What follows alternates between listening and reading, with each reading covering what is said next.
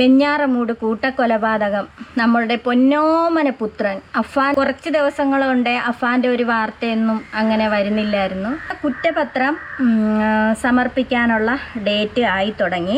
ആദ്യ കുറ്റപത്രം പിതൃമാതാവ് സൽമാ ബീവിയെ കൊന്ന കേസിലാണ്. പാങ്ങോട് പോലീസാണ് ഇന്ന് സമർപ്പിക്കുന്നത്.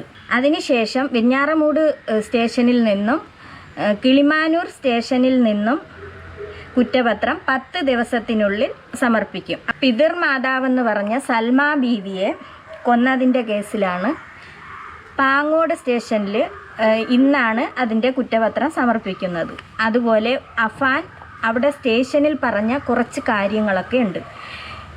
എന്ന് പറഞ്ഞാൽ സൽമാ ബീവിയെ കൊന്നത് അവർ സ്വർണം കൊടുക്കാത്തത് കൊണ്ടാണെന്നും കൂടെ പോയി അഫാൻ സ്വർണം ചോദിക്കുകയും അങ്ങനെ കൊടുത്തില്ല. അതിൻ്റെ കാരണം കൊണ്ട് സൽമാ ബീവിയെ കൊന്നു. പിന്നെ അതിനുശേഷം സഹോദരനെ കൊന്നത്, ആ കുഞ്ഞനുജനെ കൊന്നത് സ്നേഹം കൊണ്ടാണ് കൊന്നത്.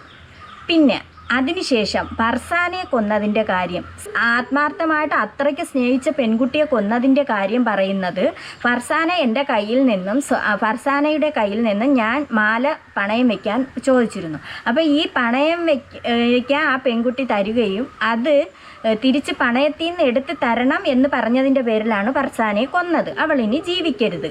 പിന്നെ അതിനുശേഷം പാപ്പാര് ജ്യേഷ്ഠനെ കൊന്നതിൻ്റെ കാര്യം അഫാനെ കുറ്റപ്പെടുത്തി.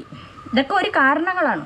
അഫാനെ കുറ്റപ്പെടുത്തുകയും അതുപോലെ അവർ ക്യാഷുകൾ ഒരുപാട് കൊടുത്തായിരുന്നു. പിന്നെ ചെന്ന് ചോദിച്ചപ്പോൾ ക്യാഷ് തന്നില്ല. അതിൻ്റെ പേരിലാണ് പിതൃ സഹോദരനെ കൊന്നത്. പിന്നെ അതിനുശേഷം മൂത്തുമ്മായെ കൊന്ന് ലത്തീഫിൻ്റെ വൈഫിനെ കൊന്നതിൻ്റെ കാരണം ഇത് കണ്ട് അവർ വെളിയിൽ പറയും എന്നുള്ള ഒരു കാരണം കൊണ്ടാണ് അവരെയും തട്ടിയത്.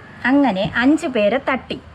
അപ്പോൾ ഇനിയിപ്പം ഷെമി പറഞ്ഞിരിക്കുന്നത് 25 ലക്ഷം രൂപയുടെ കടയേ ഉള്ളു എന്നാണ് പറഞ്ഞിരിക്കണം. പക്ഷേ പോലീസ് കണ്ടെത്തിയത് പ്രകാരം 48 ലക്ഷം രൂപയാണ്. അപ്പോഴി ഇനി ഈ 48 ലക്ഷം രൂപ ആര് കൊടുക്കും? പിരിവ് നടത്തി കൊടുക്കുമോ? ജനങ്ങൾ പിരിച്ച് ഈ 48 ലക്ഷം രൂപയുടെ അതെന്തോ ആവട്ടെ പോട്ട്. പാങ്ങോട് പോലീസ് കോടതിയിൽ സമർപ്പിക്കും. പിതൃമാതാവിനെ കൊന്ന കേസിലാണ് ആദ്യത്തെ കുറ്റപത്രം സമർപ്പിക്കുക. മാതാവ് ഷെമിയെ മുഖ്യസാക്ഷിയാക്കിയാണ് കുറ്റപത്രം തയ്യാറാക്കിയിരിക്കുന്നത്. സാമ്പത്തിക പ്രതിസന്ധിയാണ് കൊലപാതകത്തിന് കാരണമെന്നാണ് കുറ്റപത്രത്തിൽ പറയുന്നത്. എന്തായാലും സാമ്പത്തിക പ്രശ്നം തന്നെയാണ് അഫാൻ ഈ കൊലപാതകങ്ങൾ നടത്തുന്നതിന് കാരണമായത് എന്നുള്ളതാണ് ആ കുറ്റപത്രത്തിൽ പറയുന്നത്. അരുൺകുമാർ സൂചിപ്പിച്ചതുപോലെ തന്നെ എല്ലാ രീതിയിലുള്ള തെളിവുകളും സാക്ഷിമൊഴികളും ശാസ്ത്രീയ തെളിവുകളും എല്ലാം തന്നെ പോലീസ് ശേഖരിച്ചിട്ടുണ്ട്. അതിനുശേഷമാണ് ഈ കുറ്റപത്രം തയ്യാറാക്കിയിരിക്കുന്നത്. മാതാവ് ഷെമിയെ ഈ കേസിൽ മുഖ്യ സാക്ഷിയാക്കാനാണ് തീരുമാനിച്ചിരിക്കുന്നത്. കുറ്റപത്രത്തിൽ ആ രീതിയിൽ തന്നെയാണ് പറയുന്നത്. ഏകദേശം 48 ലക്ഷം രൂപ ഈ കേസുമായി ബന്ധപ്പെട്ടുകൊണ്ട് അഫാന്റെ കുടുംബത്തിന് പല രീതിയിൽ കടങ്ങളുണ്ട് എന്നുള്ളതും കുറ്റപത്രത്തിൽ പറയുന്നുണ്ട്. ഒപ്പം സ്നേഹം കൊണ്ട് കൊല നടത്തിയത് അനുജനെ മാത്രമാണെന്നാണ്.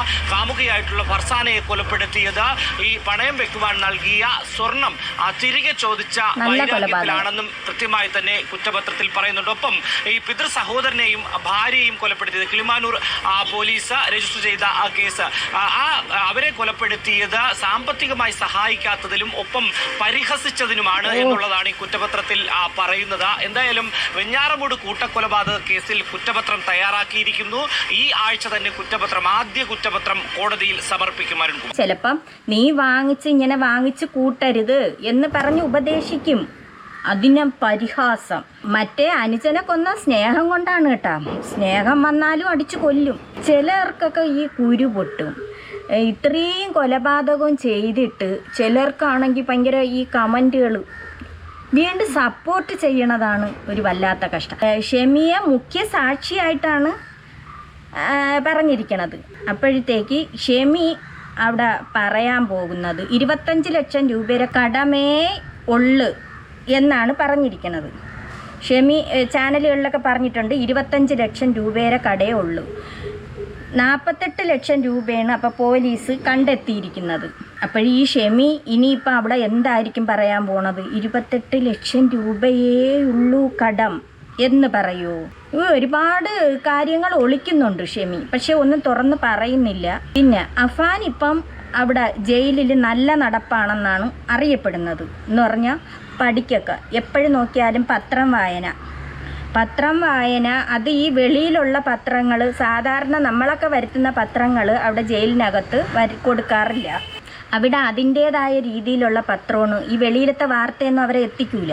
അപ്പം അതിൻ്റേതായ ന്യൂസുകളാണ് അവിടെ കൊടുക്കണത്. എന്നും രാവിലെ എഴുതിച്ച് പത്രം വരും, ഓടിച്ചെന്ന് പത്രം എടുക്കും, വായിക്കും. കുട്ടി നല്ല നടപ്പാണ്, നല്ലതുപോലെ വായിക്കും. പിന്നെ ഒരു പ്രശ്നവും ഇല്ല, നല്ല മോനായി.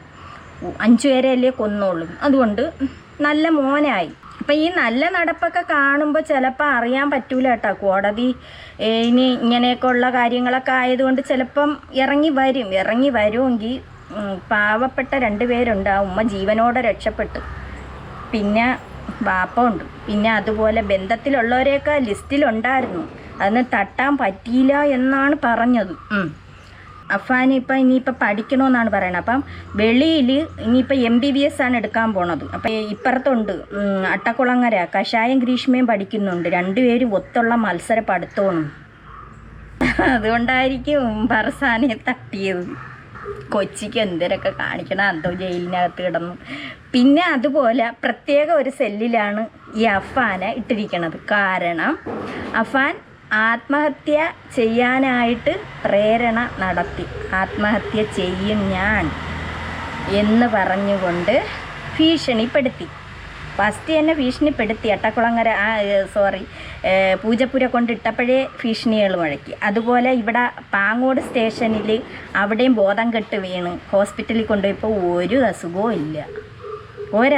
വെറുതെ അഭിനയിച്ചത് തെളിവെടുക്കാൻ കൊണ്ടുപോയപ്പോൾ. 95 വയസ്സായ സൽമാ ബീവി എന്ന് പറയുന്ന വാപ്പുമ്മായെ കൊന്നില്ലേ, ആ കേസിൽ തെളിവെടുക്കാൻ കൊണ്ടുപോയപ്പോഴത്തേക്ക് ബോധം കെട്ട് വീണു. ടോയ്ലറ്റിൽ അഭിനയമായിരുന്നു. ഹോസ്പിറ്റലിൽ കൊണ്ടുപോയി ചികിത്സിച്ചപ്പോൾ അവന് ഒരു അസുഖവും ഇല്ല. അതുപോലെ അവിടെ ജയിലിൽ കൊണ്ടുവന്ന് ഇട്ടപ്പോഴത്തേക്ക് അവിടെ അഭിനയിച്ച് അഭിനയിച്ച് ഭ്രാന്ത് കൊണ്ടുപോയി നോക്കിയപ്പോൾ ഒരു കുഴപ്പമില്ല, അത് അഭിനയമായിരുന്നു. അതൊക്കെ പല കോലങ്ങളും ഇറങ്ങാനുള്ള തന്ത്രമായിരുന്നു ഈ അഫാൻ കാട്ടിക്കൂട്ടിയത്. അതുപോലെ പ്രത്യേകിച്ച് പോലീസന്മാർ ഇവന് കാവൽ നിൽക്കുകയാണ് എന്ന് പറഞ്ഞാൽ ആത്മഹത്യ ഭീഷണിയാണ് മുഴക്കിയിരിക്കണത്. അപ്പം പിന്നെ അതിൻ്റേതായ രീതിക്ക് നോക്കിയില്ലെങ്കിൽ കുട്ടി എന്തെങ്കിലും ചെയ്ത് കളയണമെങ്കിലോ അങ്ങനെയുള്ള ഇത്. നല്ല സുഖവാസമല്ലേ അവിടെ. ഫുഡുകൾ ഇഷ്ടം പോലെ കറക്റ്റ് സമയത്തെത്തുന്നു. വീട്ടിലേക്കാട്ടി സുഖജീവിതമാണ് അവിടെ. അപ്പോൾ ഈ പ്രത്യേക സെല്ലിലിട്ടതിൻ്റെ കാര്യമുണ്ട്. ബാക്കിയുള്ള ഇവനൊരു ക്രിമിനലാണല്ലോ, ബാക്കിയുള്ള ക്രിമിനലിൻ്റെ കൂടെ ഇടുമ്പോഴത്തേക്ക് ഇവർ പരസ്പരം തങ്ങളിൽ അടിയാവുമ്പോൾ ചിലപ്പോൾ എന്തെങ്കിലുമൊക്കെ നടക്കാം. അതുകൊണ്ട് പ്രത്യേകിച്ചാണ് പാർപ്പിച്ചിരിക്കണം. അതിന് കാവലായിട്ട് പോലീസുണ്ട്. ഇത്രയിൽ കാവലൊക്കെ നിൽക്കട്ടെ, കുട്ടി പഠിക്കട്ടെ, മോൻ നല്ലതുപോലെ പഠിക്കണം. ഇപ്പുറത്ത് അട്ടക്കുളങ്ങര കഷായം ഗ്രീഷ്മയും പഠിക്കുന്നുണ്ട്. അപ്പോൾ 2 പേരും കൂടെ പഠിച്ചിറങ്ങിയിട്ട് 2 പേരും കൂടെ ജോലിയൊക്കെ വാങ്ങിച്ച് MBBS ഒക്കെ എടുത്ത് ഡോക്ടറായി വരണം. ഇത് ജീവപര്യന്തം കൊടുക്കുമായിരിക്കും. ചിലപ്പോൾ അങ്ങനെ ആയിരിക്കും ഈ കേസിൽ വരുന്നത്. തൂക്കിക്കൊല്ലാനോ അങ്ങനെയൊന്നും വിധിക്കൊന്നും ഇല്ല. ഇനിയിപ്പോൾ കുറ്റപത്രം സമർപ്പിക്കുമ്പോൾ എന്തായാലും 5 എണ്ണത്തിനെ താട്ടി. ആ പെൺകുട്ടിയുടെ വീട്ടിലെ അവസ്ഥയാണ് ഒരു വല്ലാത്ത അവസ്ഥ. അതിനെക്കുറിച്ചൊന്നും ആരും ഒന്നും പറയുന്നില്ല. ആ അമ്മായും പാപ്പായെ ആശ്വസിപ്പിക്കാൻ ആരുമില്ല. ഈ ദുഷ്ടനായ എന്തോന്ന് ചെയ്യണമെന്ന് ആ പെൺകുട്ടിയെ നീ വെറുതെ വിടാത്ത എന്തായിരുന്നു? 48 ലക്ഷം രൂപയുടെ കടം ഇനിയിപ്പോൾ എന്തോന്ന് പിരിവെടുത്ത് കൊടുക്കണമായിരിക്കും ആളുകൾ. സ്വന്തമായിട്ട് അങ്ങ് തീർക്കട്ടെന്ന് വിചാരിക്കണം. വരുത്തി വെച്ചത് അവരാണല്ലോ. ഈ തള്ളയാണല്ലോ ഇതിനെല്ലാത്തിനും. ഈ തള്ള അവിടെ പറയോ, ഈ ഷെമി പറയോ കോടതിയിൽ? 25 ഉള്ളെന്നല്ലേ പറയണത്. നിസ്സാരം, അതിലില്ല അച്ചുപൂല. 25 ലക്ഷമേ ഉള്ളൂ. അതിലൊരു 5 ലക്ഷം രൂപ കിട്ടിയിരുന്നെങ്കിലും ബാക്കിയുള്ളവർ വിചാരിക്കും ഒരു ഷെഡെങ്കിലും കെട്ടി അതിനകത്ത് കയറി കിടക്കാമെന്ന്.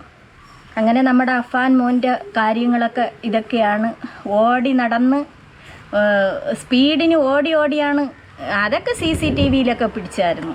ഈ സൽമാ ബീവിയെ കൊല്ലാൻ പോണത് CCTVയിൽ, കൊന്നിട്ടിറങ്ങി വരണത് അതൊക്കെ കണ്ടുപിടിച്ച് അങ്ങനെയൊക്കെ CCTV. പിന്നെ ഫർസാനെ വിളിച്ചുകൊണ്ട് വരണത് ഉമ്മാക്ക് സുഖമില്ലെന്നും പറഞ്ഞ് അതിൻ്റേതായ ശിക്ഷ കിട്ടട്ടെ എന്നാണ് ആഗ്രഹം. അല്ലാതെ ഇനി ഇറങ്ങി വന്നു കഴിഞ്ഞാൽ ആ പിതാവിന് കാണണ്ടെന്ന് പറഞ്ഞു.